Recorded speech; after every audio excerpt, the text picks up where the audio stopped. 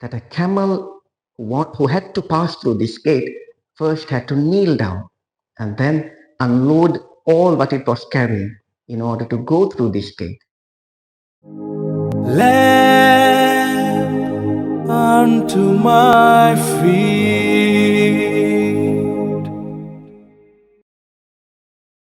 Friends, in today's gospel, Jesus warns us against the temptation of having faith or relying on what we have and what we can do, which can be, of course, an obstacle for us to enter the kingdom of heaven. And Jesus does that in a beautiful way by comparing, saying that it's easier for a camel to pass through the eye of a needle than for a rich man to enter the kingdom of heaven. And what is this eye of a needle? Now, according to some biblical scholars, Jesus was referring to a small gate that existed in Jerusalem. But there are other biblical scholars who reject this idea.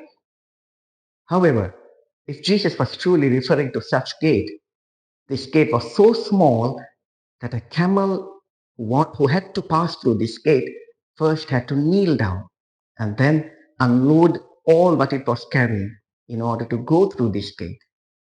Now, if this can be used as our spiritual metaphor, a rich man, a powerful man, or just any other human being, in order to go through this gate and enter into the kingdom of heaven, first has to kneel down, has to fall on knees and unload all what he has been carrying.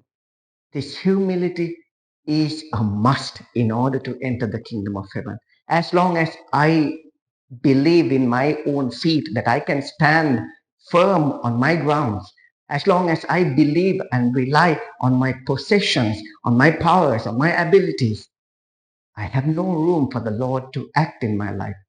I have no room for the Lord to lord over my life.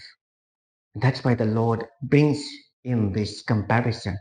Kneel like the camel, unload your weight in order to get through this door, pass through this gate.